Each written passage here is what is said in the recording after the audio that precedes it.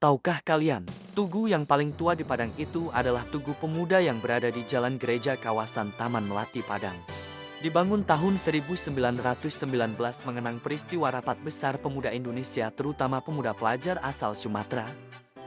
Tujuan rapat akbar ini karena banyaknya pemuda dari berbagai penjuru tapi masih bersatu dan masih memperlihatkan ego kedaerahannya. Maka diadakanlah rapat besar di Padang pada 9 Desember tahun 1917 diberi nama yang Sumatranen Bond atau yang disingkat JSB.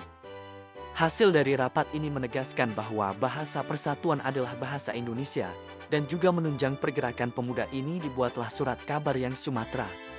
Impaknya pada tanggal 28 Oktober tahun 1928 pada Kongres Pemuda kedua yang Sumatera melebur dan menghasilkan Sumpah Pemuda.